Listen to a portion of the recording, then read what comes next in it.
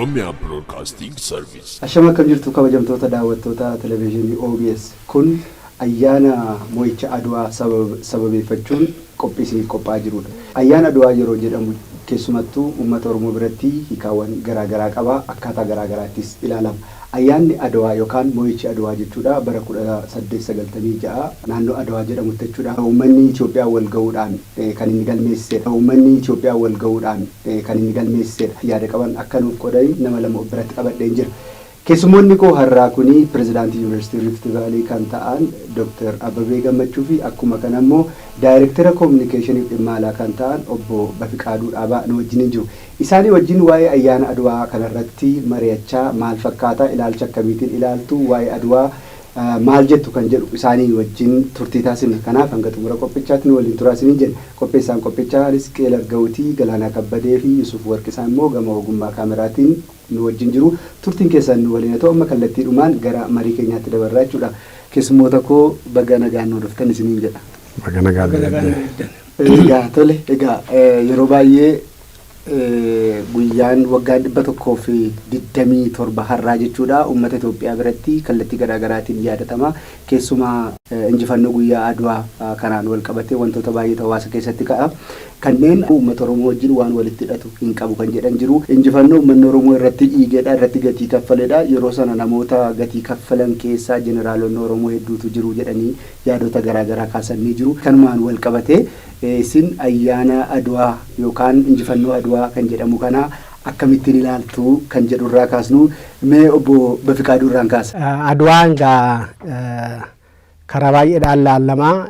Adwaa yeroo kaasnee haasofnu yeroon Adwaan waraanni Adwaa godhamee yeroo warri faranjii Awurooppaarraa Afrikaan biyya dukkana keessa jiru biyya kanaa bilisa baasnaa hin barsiisnaa jedhanii Afrikatti duulanii faranjiin gagaaf Afrikatti duultu Afrikan intellectually dadhabaadha, gadaanaadha. Waan nu jenne fudhatanii nu wajjin jijjiiramuu qaban tuffatanii gadaansanii dhufanii akka isaan yaadan sun oduman ta'in immoo harka nama gurraacha irratti salphachuun isaanii kufuun isaanii faranjii xaaliyaan bichaa miti nama adii hunda kan nama gurraacha tuffatu cabsee qaanessee kanaafi nama Afrika Itoophiyaa bicha oduman ta'in nama gurraacha nama bicaa nama kolonii jala jiru hunda abdii guddaa ture. Adwaanii ija kanaan laallama addunyaa irratti Itoophiyaanis akka biyyaa kaatti beekamte gaa waraana kanarratti harka guddaan namni ture ummata Oromoo ummata biraas hunda ture. Adwaan bakka guddaa qabaa. Kanarra kaka'ee Afrikaan baay'een alaabaa Itoophiyaa fudhatanii akka Itoophiyaa maaliif Itoophiyaa akka abdiitti laalanii akkasii akka Itoophiyaa ta'uu yaalanii turanii abdii kakka'umsa guddaas ta'e. Garuu eegi waraanni kun godhameen booda eenyutu waraana sun keessatti leellifame, eenyutu beekame. Waggaa 127 kun har'a gaheera. Achiin booda nu eessa jirra? Akkuma amma gaafa sun goone sun jirra moo eessa jirra? Achiin booda maalti jijjiirame? Waan jedhu qeequmsi yeroo baay'ee ka'u kanarra ka'a. Nama fadii mo'annee kanuma teenyee sirbina moo hamma jirru cufa kanuma waaqeffanna moo waan gaaris waan badaas qabna jennee madaallee gaariin kamiidha rakkoo qabu kamiidha jennee addaan baasnee kana godhuurraa nama tokko bicha waaqeffatanii leellisanii nama achi keessatti du'e waraan sun keessatti cabe ka du'ee bade inimaman hin beekaman kun gaa akkuma seenaa keessatti godhamu seenaa yeroo baay'ee ka du'e dama jiru hiyyeessi odoo du'u ka itti beekamu nama aangoo qabudha. Kanaafi kanarra kaka'e namni baay'een har'as komii nama biyya kana keessa jiru waraan eenyutti du'e eenyutti beekameedha. Inni ta'uun qabu Adwaan gabaabsine dubbachuu fi akka Itoophiyaa bichaaf miti nama gurraachaa nama kolonii jala jiru hunda fakkii gaarii ture. Maqaa guddaa nu godhe akka biyyaa. Garuu isa keessatti ka beekame eenyudha? Eenyutu dhiibbame? Achiin boodatti maalti ta'e? Nu akka biyyaatti isarraa maal barannee hammam guddannee jennee of laaluu dadhabuu keenyadha. Dooktar Abbeewwan itti dabaltan meesirratti. Dhimmichi akkamitti ta'e yoom ta'e taatee sana keessatti immoo eenyu faatu qooda qaba kan jedhu irratti wal hubannoon ifa ta'e akka biyyaatti jira jedhee yaadu. Dhimmi lola Aduwaa yookiin immoo injifannoo Aduwaa mo'ichi Aduwaa suni waggoottan hedduudhaaf harka nama muraasaa yookiin immoo garee muraasaa turee jira. Taateen tokko yeroo ta'u yerootti ta'uu qaba. Sababa ta'uuf qaba. Bakka itti ta'uu qaba. Namoota yookiin immoo qaamolee taatee sana keessatti taphatantu jira jechuudha. Achi keessatti ilaalchi Oromoon mo'icha sanaaf qabu maal fakkaata jedhu yaadaati kaafte kanarratti. Oromoonis dhimma mo'icha Aduwaa kana ija garaagaraatiin ilaaluunsaa sirriidha deeman amana. Sababni isaas maaliifi lolli Aduwaa irratti geggeeffame lola bilisummaaf geggeeffamedha. Yeroon sun yeroo akkuma immoo obboleessi koo kaasee warri Awurooppaa warra Afrikaa kan yookiin immoo saba gurraacha kana gabroonfachuudhaaf socho'aa turanidha. Yeroo sana biyya Itoophiyaa kana keessa immoo gita bittoota garaagaraatu ture. Egaa yeroo Xaaliyaaniin biyya Itoophiyaa jedhamu kana gita bittaa jala galchachuudhaaf sochii gootutti hawaasni Oromoo immoo bakka jiru hundumaatti murna isaatiin bulchiinsa mataa isaatii yookiin immoo caasaa mataa isaatii qaba ture. Kanaaf yeroo lolli kun akka biyyaatti nutti dhufu qoodi nuti taphachaa turre maali isa jiru irratti Oromoon ofiisaa waliinis saba biraa wajjinis addunyaa wajjinis wantoota irratti mari'atu hedduu qabaa jechuudha. Fakkeenyaaf akka addunyaatti yoo ilaalle siimbolii injifannoo gurraachi adii irratti galmeessa jedhameeti kan inni yaadatamu. Isa kana keessatti namni kalarii waayitii dhabe hundumtuu akka kan ofiitti qabachuu jira jechuudha. Kileem gochuu danda'a. Mo'ichuma addunyaati jedhee yaaduu danda'a. Kun egaa yeroo kalar discrimination irratti hundaa'ee sabi kalarii gurraachaa tokko saba kalarii adii tokko mo'u sabi sun egaa yeroo sana waan inni hidhatee qophaa'insi waraanaa inni qabu meeshaa waraanaa inni qabu loojistikii inni qabuu fi inni kan as keessa jiru yeroo ol madaaluu dandeenyetti akkamitti kun ta'uu danda'a kan jedhuuf warri gurraachi addunyaa hedduu irra jiran illee kana akka kan ofiitti fudhatu jechuudha. Yeroo biyyatti deebinu akka Itoophiyaatti immoo yeroo deebinu Itoophiyaan kunis yeroo sana biyya ijaaramtee dhumte miti harrayyuu ijaaramtee dhumne garuu yeroo sana immoo yeroo walii ishee gidduutti iyyuu rakkina qabdu turte jechuudha. Haa ta'u goototi Oromoo bakka hedduuti irratti dirmatanii injifannoo kana keessatti qooda guddaa qabaachaa turaniiru. Egaa maal jedha Oromoon yeroo mammaaku yeroo geeshootumaa nama tokko dhabne yeroo farsoo dhugaa lama teenyu dhabneedha. Kun jechuun Oromoon yeroo waraanni sun geggeeffamaa ture adda durummaadhaan keessumaayyuu warri fardaan lolan irratti hirmaatanii lolli sun akka inni bifa sanaan xumuramu gochuu keessatti harka olaanaa taphatanii turan. Dubbichi yeroo waraanni sun ta'e eenyutu hoogganaa turee fi eenyutu waraanaa ture irratti yeroo dhufnu achi as deebiitti kan gatiin keenya yookiin goototi Oromoo kan isaan bakka dhaban yeroo dubbiin xumuramee biyyatti deebi'anii jarroottan achi keessatti hirmaatan kun gatii isaaniif malu hin arganne kan jedhu Oromoon ilaalcha akkasii qaban jiru. Jarroottan achi keessatti qooda taphatan kun amma isaaniif malu maqaan isaanii hin kaane seenaan isaanii hin odeeffamneef hin aadeeffamneef kun jechuun immoo istiraatejii biyya keessatti siyaasa olaantummaa sabi biraa yookiin immoo ilaalcha biraa nurratti fe'amee turerraa kan ka'e saba kana keessaa gootota ba'an aadessuu dhabuun tureera jechuudha. Haa ta'u namoota achi keessatti hirmaatan kun yoo lakkoofsaanis ta'e gootummaadhaan kan madaallu taatanii sabni Oromoo qooda olaanaa keessatti akka inni qabu beekamaadha. Fakkeenyaaf gaaffii tokkoon si gaafadha. Isaanis irratti hirmaachuu danda'u. Namichatu ganamaan ka'ee mana namaa dhaqa.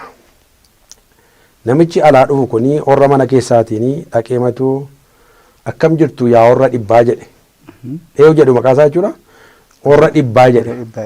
Jarri warri mana keessa jiranii namicha alaa dhufu kanaanii lakkisaa nuti warra dhibbaa miti ittiin jedhan. Lakki nuti warra dhibbaa goone isin beekna akkamitti akkas ofiin jettu jennaan nuti warra dhibbaa miti. Nuti kan dhibba guunnu amma keenya dabalanne walakkaa keenya dabalanne ruubii keenya dabalanne isinumaan iyyuu dabalanne dhibba guunnaa jedhan. Kanaafuu jarri kun meeqa turan? Herrega kanatti gaashan qabdu fakkaata. 36 jedhan. 36? Mee ibsa akkam 36? Hamma keenya dabalannee dhibba guunnaa waan jedheefi namni sun meeqa ta'u jechuudhaaf nama 10. Amma keenya dabalannee jechuun 36 dabalatu. 36 jarri kun 36. Walakkaa isaaniitti dabalatu. 18. 36 18. Sagaltama. Maannoo 36 72. Walakkaan isaanii immoo meeqa ta'a 18. Meeqa guutu? 90 guutu. 90 guutu. Ruubii dabalu 9. 99 ta'u. Namicha dabalatee dhibba guutu. Kanaafuu qaxalee turte fakkaata herrega kanarratti. Egaa Oromoon ilaalchi isaa akkasi. Oromoon ana duwwaatu kanan jedhu. Walakkaa isaafis bakka qabaa. Gita isaafis bakka qabaa. Ruubii isaafis bakka qabaa. Nama tokkoof illee bakka qaba. Kun ilaalcha Oromoo isaa. Oromoon haammataadha jettan kana wajjin walitti dhufa jechuudha. Haa ta'u sabi guddaan haammataa ta'e kuni yeroo biraa immoo haammatamaa ta'uu yeroo dhabutu jira. Kanaaf injifannoon Adawaa kuni bifa kanaan yeroo xumuramu silaa amma filoosofiin amma jedhe kanaan nama tokkoyyuu nama qooda qabate Oromoo saba bal'aa amma kana lola lafoonis ta'e lola fardaan irratti hirmaatee injifannoo sana galmeessa otoo hin taane sabaaf sablammiin biyya kana keessa jirtu tokkollee kan hirmaachise jiraachuu danda'a. Goototi kun kan Oromoo duwwaa miti. Kan Hadiyyaa jira. Warra akka Dajjaazmaach Geejjaafaa fudhan. Kan Walaayittaa jira. Kan Beenishaangul Gumuz jira. Kan Gambeellaa jira. Kan hundumtuu jira jechuudha kan nuti maqaan. Jarroottan kun hunduu wal dabalataniiti kan isaan dhibba guutan. Egaa ijaarsa biyya kanaa keessatti biyya ishee Itiyoophiyaan Empire jedhamu kana keessatti akka tasaa ta'e akka carraa ta'e hin beeku isa silaa maqaa dhaamu qabutu maqaan dhaamu.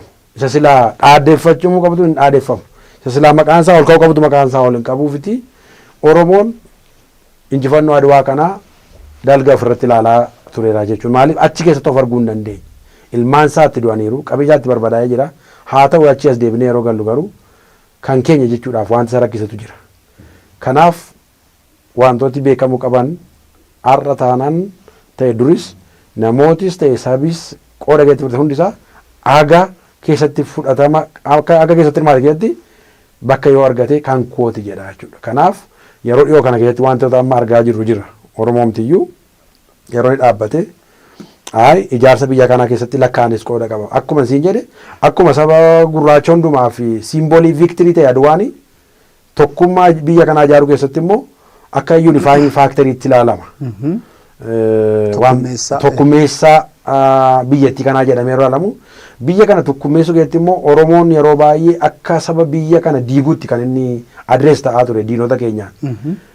Diiguu yeroo jennu gaatii of ta'uun diiguutti hiikama jechuudha. Saba biraatiin ati fakkeenyaaf amma yoo maqaan kee Tolasaa ta'ee Tolasaan jedhama yeroo jettu akka wanta tokkummaarraa fakaateetti ilaalama ture jechuudha. Kanaaf yerootan kana irraa achi qabuun turee jira. Biyya diigan ta'in Oromoon biyya ijaaraa. Biyya ijaaruu keessatti immoo qooda qabna. Isa jedhu irratti amma Oromoon ulabachaa dhufeera. Haa ta'u garuu goototi yeroo sana qooda fudhatan kun dantaa Oromoodhaaf hiriira immoo Itiyoophiyaa isaan hin fakkaanneef hiriirani jedhamu ammayyuu gaaffiidha. Wanti guddaan noobil koozii Oromoodhaaf yoo ta'e goototi sun faarfamaa bakka argachaa deemuu qabu. Itiyoophiyaan turte sun yoo saba sana dantaaf siyaasa dinagdee hawaasummaa Oromoo hin kabachiifne ta'e hin dhugoomsine ta'e garuu wareegamni jara sana hirmaannaa jara sana bilaasha ta'ee jira jechuudha. Kanaaf si'a tokko tokko Oromooti jaran komatu maqaa keenya keessaa hambisanii jedhu. Tajaajiluu dhaqan taanaan tajaajila isaanii ba'aniiru amma kana maqaa isaanii kennuu hin danda'amu. Yoo garuu dhimma Oromoof ta'e kan isaan hirmaatan maqaan isaanii qabuu qaba ture. Amma biyya Itiyoophiyaa jedhamtu kana bakka Oromoon jirutti lafa Oromoon mijatutti akka ilaalcha Oromootti ijaarama taanaan goototi karaa bitaa turanis gara mirgaa turanis yeroo isaan itti waamanidha. Oromoon goota ofii boo qaba karaa biraas isaan kunis dagatamuu qaban. Warri Adwaa wajjiniin hiriiran warra tokkummaa Itiyoophiyaa saba biraa fayyade sana ijaaruuf hiriiranis ta'uusaas waan nama gaafachiisu miti.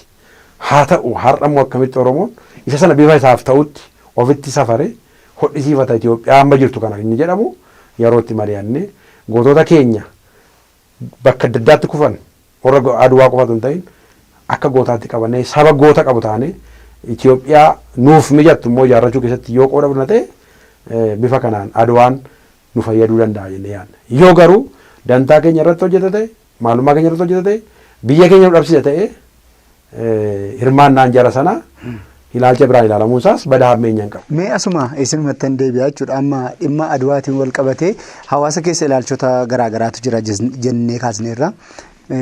Warri kaan Aduwaan guutummaatti akka mo'icha Oromooti. Namoonni kallattii garaagaraatiin lola isaan irratti kan hirmaatan hedduutu jiru jedhama. Akkuma kana immoo hawaasa keessaa maaltu jedhamaa jira? Iddoo tokkotti Aduwaan dhimmuma uummata Oromoo wajjin waan wal qabatu iyyuu hin qabu. Maaliif namni yeroo sana komaandarichi yookiis hoogganaan waraanaa yeroo sana Minilikiin ture waan ta'eef namni asiin Minilik diina Oromooti jecha warri Minilikii wajjin yeroo sana lolanii Xaaliyaanii injifatan immoo baay'een isaanii jeneraatota Oromooti, gootota Oromooti jechuun akkamittiin danda'a. Karaa biraa immoo waan fedheessa ta'u bitaanis mirgaanis haa ta'u walga'iin kooraadhuma akkuma jedhamu bitaanis mirgaanis haa ta'u kaayyoon keenya maalidha? Itoophiyaa har'aa kana boca ishee kanaan dhaabnee qabannee taa'uudha. Kanarratti Oromoon gatii kaffaleera. Seenaatu jalaa hatame malee utuu seenaan jalaa hatamne ta'ee maqaanumti ka'uu qabuyyuu kan Oromoo ture. Fakkeenyaaf Habta Giyoorgis dinagdee abbaa malaafaa gahee isaan taphatan malaan beekamuudhaan gumaacha guddaa kan isaan godhanii isaaniidha. So kanaafiyyuu waan akkasiitu jira, garaagarummaa akkasiitu jira. Mee isin akka keessatti waan kana walitti araarsitu immoo kanarraa yaada adda ta'e qabdu kan jedhu asumaan nuu kaasaati. Obbo Bafiqaaduu isa sumaa itti nu dabalu. Akkuma ati jetteedha yaada adda ta'e hin qabu. Ilaalchi hawaasa keessa jiru keessumaayyuu akka nama dhimma Oromoo dhimma siyaasa Oromoo itti siqeenyaan hordofuu tokkotti ilaalchi lachuun amma jiran kuni bifa isaanii ittiin walitti dhufanii waliin ijaaramuu danda'u irratti hojjechuun barbaachisaadha. Fakkeenyaaf ilaalchi tokko ati jira jette anis amma tokko quba qabu kan keessatti hirmaate jeneraalota 11 jette kuni waraanni lafoonis bakka adda addaa Oromiyaa keessaa buqqee dhaqee lola kan irratti hirmaatee injifannoo sana galmeessise. Hoggansi waraana kanaas immoo harki caalaan Oromoo ta'e akkamitti Oromoon bakka isaaf malu dhabe kan jedhanii siyaasuma ijaarsa biyyattii wajjin walitti hidhatanii yaaduun barbaachisaadha. Waggoottan 100 olii fi biyya Itoophiyaa jedhamtu kana keessatti dhimmi Oromoof Oromiyaa ilaallatu yeroo inni itti ol ka'ee dubbatamaa ture xiqqaadha jechuudha. Kunisuma wajjin wal qabata. Kanaaf gootota Oromoo faarsuu jechuun identity Oromoo recognize gochuu ta'uu danda'a jaraaf. Kanaaf bakka dhowwachuun sun tureera jechuudha. Egaa namooti keenya isarraa kan ka'e amma kana keessatti utuu hirmaannee jirru maaliif bakka nuuf ta'u hin malle nuuf kenna kan jedhu gaafatu. Kanarratti ammaalan jedha eenyutu isaaniif kan Oromoo fi isaan ofii isaaniif bakka kanatti nuuf mala jedhanii maaliif hin qabatan. Ati naa kenni jedhanii harka nama biraa fedhii nama biraa eeyyama nama biraa gaafachuurra lolli adawaa sababa kanaaf gaggeeffame qaama koo keessaa gootota amma kanaatti hirmaatee hogganoota waraanaa amma hirmaatee waraana amma kanaatti hirmaatee loojistikii amma kanaan bira turre waan ta'eef bakka kana nuuf mala jechuu kan qabu eenyudha Oromoo mataa isaati jechuudha. Isatti yeroo dhufdu gaamma hoogganaan yeroo sana ture akka diina Oromootti ilaalama. Akkamittiin immoo gootota Oromoo wajjin walitti simseessanii Oromoodhaaf bakka laanna kan jedhamu innis dhugaa sira boolisi kootu kee jira. Taatee tokko keessatti meejor kaaraakteriin jira yeroo hundumaa. Wanti sun gaariif haa ta'u hamaaf haa ta'u wantooti walii wajjin deeman sun maqaa nama tokko maqaa nama lama maqaa isa geggeessaa sanaatiin kan inni guduunfamu jechuudha. Jabina yookiin laafina geggeessaa sanaatiiniti xumurama wantooti akkasii kun. Isa keessatti bilchina Minilikiif dandeettii Minilikiif hoggansa Miniliktuu injifannoo sana galmeessa kan jedhamu gaaffii dhammayyu. Kana gaanne nu jennu achi deebii Oromoon maalirraa buufete what is in it for me jedha miti amma faranjiin maal keessaa naa buufte naafidha. Adwaa keessaa Oromoon maal buufateedha. Itoophiyaa ammati jettu faawundeeshinii kaa'e yoo ta'e Adwaan Itoophiyaan turte sun Oromoof maal fayyaddeedha. Kana yeroo gaafatu Oromoon ay tunatti hafe wayya ta'e turee laata kan jedhee yaadu sirriidha. Har'a garuu dubbiin bakka sana hin jirtu. Goototi sun ilaalcha kamuu qabaatan maal ta'ani Oromoota maqaa Oromootiin duulatu hin ta'in maqaa dhuunfaatiin goota nama Oromoo goota jedhama malee jarri sun gaaffii Oromoof Oromiyaa fudhataniiti kan dirree waraanaa sanatti bobba'an. Kun ammayyuu waanta qoratamuu qabu. Fakkeenyaaf Abte Giyoorgis Dinagdee yookiin Abbaa Malaati jettu kuni koozii Oromoo adrees gochuu miti kan inni dhageechi irratti waan sana keessatti hirmaachaa ture. Akka saba Oromoo keessaa ba'ee tokkotti gara goota Oromoo tokkodha. Goota Oromoo jechuun necessarily Oromiyaadhaaf gumaacheera jechuun immoo nama rakkisa. Kanaaf Oromoon immoo goota ofii qabanne siin jedhu kan gabrummaa jalaa saba Oromoo baasuuf qabsaa'aa jiranis turanis jiru goototi. Isaan kun Oromoo noobil kooziidhaa fi warri kun immoo maqaa Itoophiyaa keessatti akka gootaatti akka nama tokkotti hirmaataniiru. Dhugaadhaa afaan Oromoo dubbachuu danda'u, qe'ee Oromoo keessa dhalachuu danda'u, aadaa fi duudhaa Oromoo beekuu danda'u, dhala Oromoo ta'uu danda'u. Sababa isaan fudhatanii dhaqan garuu sababa Oromooti imaanaa Oromoo fudhatanii dhaqanii galmaan ga'anii inni jedhamu gaaffii biraati. Kanaaf Oromoo inni boodatti deebi'u dhimma Adawaa yeroo itti kaaftu. Maaliif Adawaa yeroo achi deebi'u Oromoof maal fidee dhufeedha? Cabiinsa fidee dhufe. Aadaa isaa abbade, afaan isaa abbade, tokkummaa biyyaa sana keessatti Oromoon ofiisaa dhabe. Warri kana keessatti qooda qaban keessaa tokko injifannoo Adawaa irraa deebii haala itti biyyattiin ijaaramtedha. State building jechuudha. State building sana keessatti Oromoon bakka isaaf ta'u hin arganne. Isa kana gaaffii kana kan gaafatan immoo karaa biraa kaa'anii turan. Goototi Oromoo keessaa maddan immoo dhimma Oromoof immoo kan wareegamaa turanis jiranis jechuudha. Kanaaf yeroo dhimma Adawaa haasofnu kanannoolees dagachaa ta'uu qabu. Yeroo Adawaa haasofnu kan calaqqoos dagachaa hin qabu. Kan calangootti du'anii warra akka Bakar Waaree kaasaa ani siin immoo Baalchaa Abbaa Nafsoo madaalliidha dubbichi jechuudha. Kanaafuu Oromoon kanarraa maal baraa yoo jettee waan mana gaafatte Oromoon wantoota ta'an taatota ta'an keessatti utuu utaaleen seeniin dhaabbatee ilaalee itti seenuu qaba. Utuu yeroo sana bara Adawaa sana dhimmi Oromoo ajandaa ta'e kan irra ta'eeti Oromoo waggaa 100 tarii garba ta'ee jiraachuu dhiisuu mala ta'a. Kanaaf moonee gallee maal arganneedha dubbichi. Alaa moonee manaa gabroobne dubbichatu. Kun jechuun nuti garbummaa keenyattuma fufne garuu wannoo jijjiirranneef gooftaa jijjiirrannee galle jechuudha. Silaa Xaaliyaanii gooftaa ta'uu danda'a ture Oromoo irrattis ta'e Itoophiyaa irratti. Isaa ofirraa faccifne saba biraa ofirratti moosifne garba ofii garbummaa keenya bareechinee itti fufne isaaniin immoo bakka laannee fi keessa deebiin. Inni isa kana morme immoo calanqootti dhume. Aannooletti dhume. Kan keenya qofa miti. Walaayittaas dhaggeeffadhu dhumee jira. Gambeellis dhumee jira.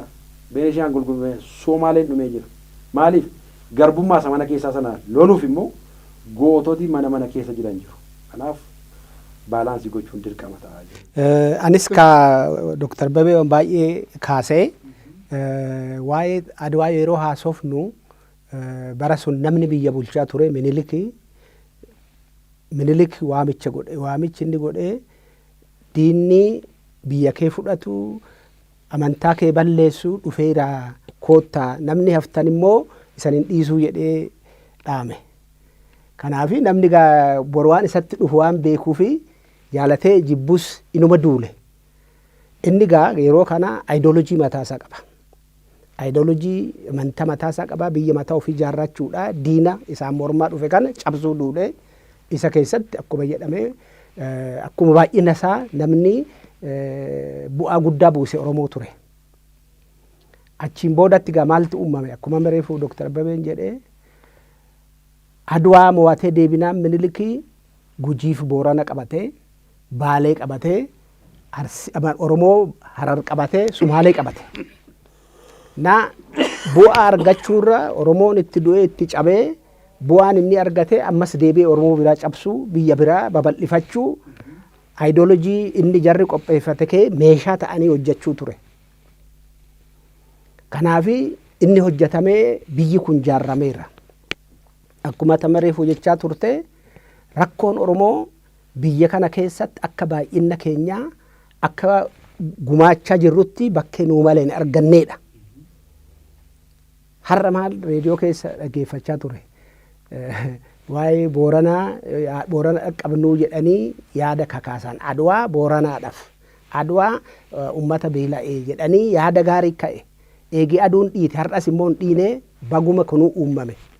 Yeroo hunda ofii leellisanii bakkee hin geenyeen of ga'uurraa nu har'as waggaa 127 boodatti uummata kennaa qallaba kenninee fi bulchuu hin dandeenye.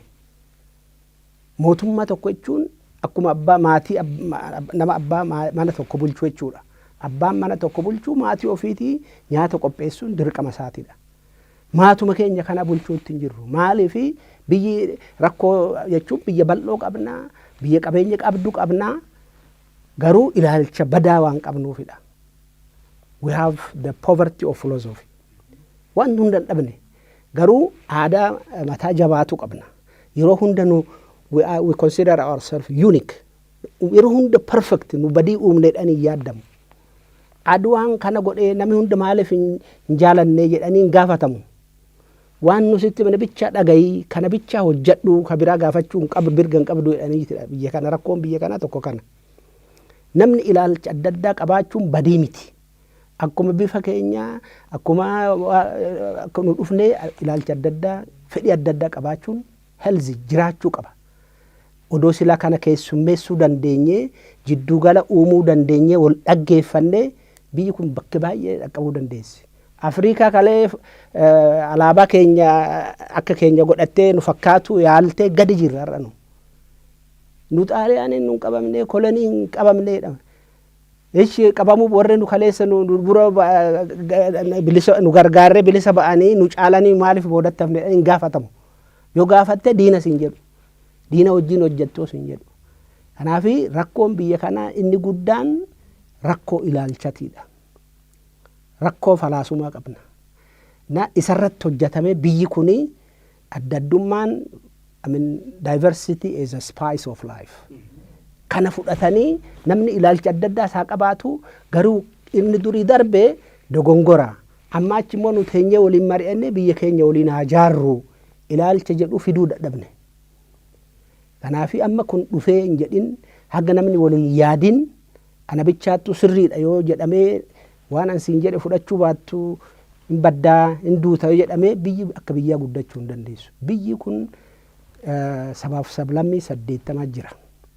Fedhiin uummata kan hundaa laallamee beekamee kennamtiin godhamee fi achiin boodatti immoo akkamitti manni kun keenya hundaa akkamitti ijaaruu dandeenya waan jedhu ilaalcha akkasii amma fiduu hin danda'anitti biyyi kun rakkoo keessa ba'uu hin dandeessu. Rakkoo dhabdee jechuun rakkoon risoorsii dhabnee oduma hin ta'in ilaalcha uummata kan walitti fidee tokko godhu fiduu dadhabne.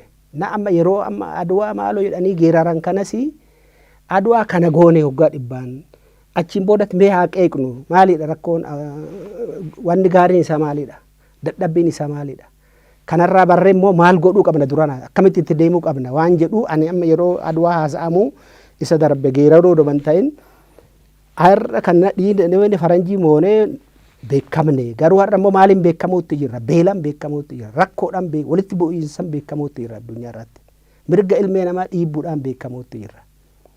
Kanaafi kan akkamitti hiikuu dandeenya waan jedhu yeroo itti mari'annee waliigaltee tokkorra dhaqqabuu qabnu jedhee yaadan gama kiyyaan. Bitaanis mirgaa'isa ta'u akkuma sila jenne uummanni Oromoo itti hirmaatee adwaa kanarratti moo'icha akka argamu injifannoon akka argamu gumaacha mataasaa keessaa qaba irratti hirmaatee lolicha sanarratti moo'icha argatee galeera.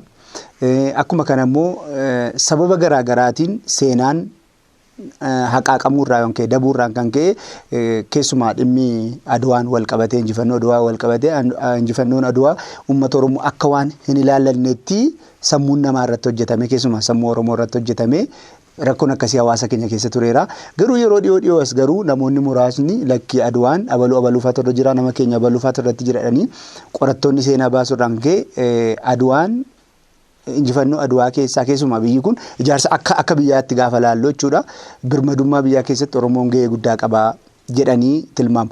Kanaafuu yommuu dhaloonni gara boodaa dhimma injifannoo kanaan wal qabate yoo maal godhe angilii kamiin waa haa ilaalu jettanii yaadumee kallattii kamiin ilaalee boca itti baasu kallattii kanarra utuu deeme gaariidha jedhee yaada akka dhuunfaa kootitti. Injifannoo Aduwaanis wal qabatee akkas godhee gaariidha. Injifannoo waan biraatiis wal qabate kallattii kana utuu qabatee deeme uummata keenyaaf gaariidha. Seenaan isaas hin dagatamu. Seenaa wal qabatee aadaa, amantaa, siyaasa wal qabatee maal ta'uu qaba jettanii yaadume gara xumuraatti jechuudha. Jaalannee jibbinus Itoophiyaan biyyeedhaan kana ijaaruu keessatti bu'aa guddaa nama taphate Oromoodha. Beekes odoon beekinis meeshaa ta'es. Kanaaf amma achi Oromoon ka godhuu qabu biyyi kun ijaarramteera. Biyya kana keessatti akka baay'ina keenya akkuma reefu kaasee akka qabeenya keenya waan nu malee argachuu qabna. Representation. Akka baay'ina keessatti yoo bakkeen nuu kenname baay'ina waan qabnuuf biyya Itoophiyaa jechuun Oromoodha. Jaalannee jibbinus. Kana keessatti gaa biyya kana deebisnee ijaaruun ammas dirqama keenya. Durii meeshaa biyyaa taanee hojjenne. Har'a ammoo yoo ga'umsa keenya arganne obviously biyya kana akka nu maltetti akka biyya kaanis maltetti mirgarratti haqarratti biyya hundooftee ijaaruu keessatti bu'aa guddaa taphachuun dirqama keenya yaadan.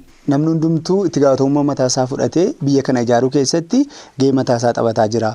Wantoota isin jalqabarraa kaastan keessaa gootonni Oromoo warra Adwaa qofa miti. Kallattii garaagaraatiin gootonni gatii kaffalan jiru. Oromoo kanaa fi Oromiyaa kana ijaaruudhaafi akkuma kana immoo guddina biyyaa kana tokkummaa biyyaa kana keessa ijaaruudhaaf kanneen gatii kaffalan baay'een akka jiran kan isin kaastan jira. Mee kanumaan wal qabate amma yeroo dhiyoo asitti dhaloonni Oromoo ijoolleen Oromoo keessumaa namoonni seenaa irratti hojjetan Adwaan kan keenya nu ilaallata jedhanii gama kanatti barreessaa jiru. Fakkeenyaaf Nabsiisaa Fayyisu jenna artista Haacaaluu Hundeessaa bara lafarra turetti dhimma kanaan wal qabatee wantoota garaagaraa hojjetee agarsiiseera. Namoonni seenaas wal qabatee Adwaan kan keenya jedhanii waan akkasii kana yeroo dhiyoo as mul'isaa jiru jechuudha baay'inaan. So kanaan wal qabatee waan dhaloonni amma keessa jiru kun kana godhan warri seenaa barreessanii ka'anii dabarsaa jiran kan kallattii kamiin yoo bocameetu keessumaa uummata Oromootiif faayidaa qaba. Keessumaa Adwaa wajjin immoo wal qabatee Adwaan uummata Oromootii fi Adwaa keessatti uummanni Oromoo seenaa kamiin yaadatamuu qaba kan jedhu meenuu kaasaa asumaan waan ta'eef jiraate itti nu gottanii qophii keenya gaharraaf qabanne xumurra. Galatoomii dhalooti amma jiru kuni dhaloota jabaadhaan qaruu ta'e achi fageessee waa ilaaluu dhaloota danda'udha. Maalifan kana jedhaa amma biyya Itoophiyaa kana keessatti jalqaba wanti rakkina guddaa nutti uumaa ture akka nuti of wallaalu akka nuti of jibbinu akka nuti maalummaa keenya ofii keenyatti hin boonne hojii guddaas hojjeta. Inni kun immoo kan barbaadamee fi Itoophiyaa luuccofte ijaaruu, Itoophiyaa halluu tokko qabdu ijaaruu, Itoophiyaa ilaalcha tokko qabdu ijaaruu, achi keessatti immoo daayivarsiitii hundumaa eliminate godhanii gar tokkotti fiduudhaafiti carraaqqii waggaa 100 wayii taasifama. Isa kana mormuu keessatti baraabaratti namni ka'ama ture. Sheekota baay'ee ka'e, beektota baay'ee ka'e, qeessota baay'ee ka'e. Kana mormuudhaaf jechuudha. Dhugaa ofii qabatanii deemuu duwwaan akka nama hin baafne dhaloota bareedhaan manni kun. Dhugaa kee kana akkatti dhugoomsattu irratti yaaduu qabda. Istiraatijiikilii yaaduu yoo hin dandeenye dhugaati qabaate kana duwwaa namni naafa dhaga'u jettee wacuun badaa faayidaa hin qabu. Wanta hundumaa ta'u keessatti taatee addunyaa keessatti taatu keessaati Oromoof maal buusa, Oromiyaaf maal buusa. Taatee biyya Itoophiyaa jedhamtu kana keessatti taatu kana keessatti Oromoof maal buusa, Oromiyaaf maal buusa. Isa jedhamu irratti akka watchdoogii ija isaa guutummaadhaa turrafiin Oromoon hordofee ilaaluu qabaachuudha. Akkuma jetti baroota dhiyoo kana keessatti lakkii nuti qooda keessaa qabna yeroo jedhu Oromoon waan tokkoon dhaamuufii barbaada. Oromoon saba bal'aadha yoo jennu sabi bal'aan naturally waan guddaadhaaf of hawwata malee waan gadaadhaaf hin hawwatu. Biyya Itoophiyaa jedhamu amma sabaaf sablammii 80 wal jiru jala keessatti nuti saboota kana akkamittiin walitti qabnee ijaarree biyya bulchina jennee yaadna malee saboota becuu jiniinii ol qixxaachuu qabnannee yeroo keenya humna keenya fixuu qabna. Mirga saba kanaa inni akkamittiin jiraachisuu dandeenya. Itti gaafatamummaan biyya kana ijaaruu waan jiraachisuu iyyuu nuuf ka jira. Faaktaroota baay'eetu jira kan kana akka nuun jennu nu godhu jechuudha.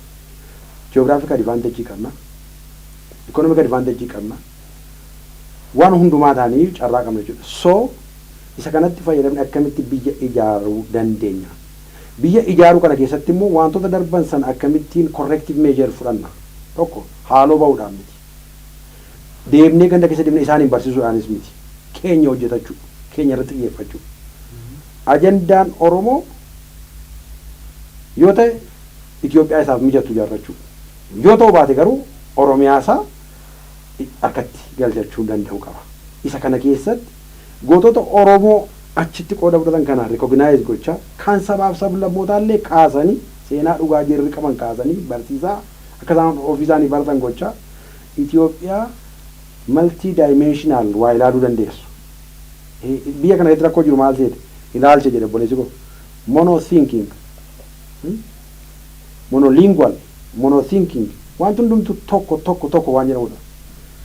Diversity in entertaining ta'u gara multiitti jijjiiruu qaba sabdanneessa yeroo jennu waan hundumtu koo diversified jechuudha. Bifa kana keessatti akkamittiin gootota keenya garaagaraa wareegamaniif bakka laanne gootota haaraa uummachaa gara fuulduraatti gara geggeessummaa keessatti cabaannetti fula jedhu yaaduu qabaachuudha. Kanaaf isa darbe balaaleffachaa afur qofa tun ta'e darbe irraa leesanii fudhachaa barumsa fudhachaa isa immoo yeroon kan keenya jennee yaaduu qofa tun ta'e yeroo qabnu kanatti fayyadama. Fuulduree keenya garuu utuu asii fachiin jedhin karaa straight ta'e irratti of ijaaruun dirqama ta'a. Kanaafuu dhimma aduwaa kana keessa ani qoodan qabu sana isa jettan qoodi koo bifa kamiin na jalaa bade isa jedhu yaaduun dirqama. Seenaanis kana qoratee kaa'uu qaba. Goota boriifis goota irraafis garuu wanta fundamental ta'e hojjechuun dhaloota kanarraa eegama. Kanaaf artistii beekamaa artistii Caaluun dhuguma yeroo lubbuudhaan turetti hojii gaarii hojjechaa jira. Dhaloota irra jiran artistii qofa miti beektota yeroo jennu gaama beekaa jechuun isa akademikaalii deeme qofa hin ta'in nama waa hubatu nama fuuldura hubatu jechuudha. Isa kana sammuu irratti hojjechuun dirqama. Maayindi seetiin keenya ijaaramuu qaba hojjetamuu qaba. Oromoon biyya diigamtan biyya ijaara. Yeroo biyya ijaaru garuu at the expense ofii aadaa ofii balleessee hin ta'in afaan ofii balleessee hin ta'in kan namaas dhiibbaa irratti uume hin ta'in wal qixxeessee ijaaree bulchuu dirqama qaba. Yoo kana bakka ga'uu dadhabe garuu kansaa waliin qaba. Jecha tokko duwwaa jedheen sii xumura. Aduwaan injifannoo sanaan xumuramuun Oromoo miidhe kanaaf kan Oromoon ilaalchisaa badaa sanaaf hawwachuu dadhabe kan jennu maal jedha Oromoon addaatu kuulli shaashii wayyaa ammaatu xaaliyaanii wayyaa jedha. Les iblii fudhatee jechuudha Oromoo. Xaaliyaaniin diina jedhamee dhufee diinummaa sana yeroo lolee ofirraa injifatu immoo diina biraatu itti ka'e. Kan caalu yeroo ture Oromoo maal jedhe ammaatu xaaliyaanii wayyaa. Kana yeroo jennu xaaliyaaniin nu bituu qaba ture jechuu koonya miti. Haa ta'u garuu kan caalutu nutti dhufe inni nutti dhufe sun immoo numaan nu yaabbatee nutti dhufe. Warri inni ittiin nu yaabbate immoo warra nuti har'a goota jennu keessaayyuu qoodaa warra qaban ta'an ta'a. Necessarily amma warri akka Itoophiyaatti taasa'an warra gootaa fi warra maal qaba. Maal jedhe jechattii sana akkati fiddu maraati. Baandaa warra jedhaman jiru.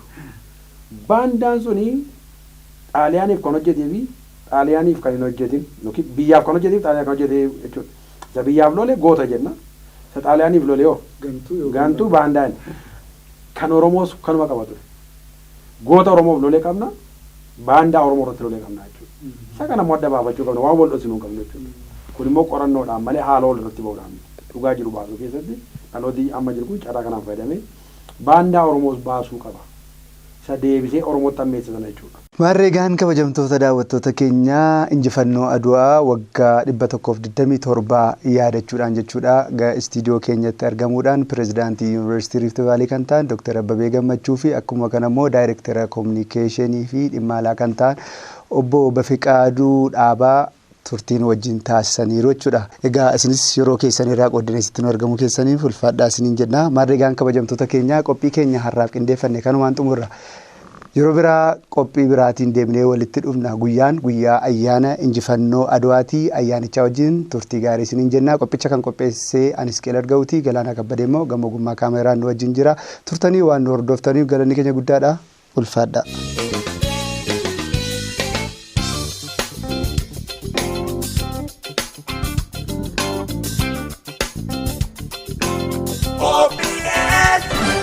Oromia Broadcasting Service.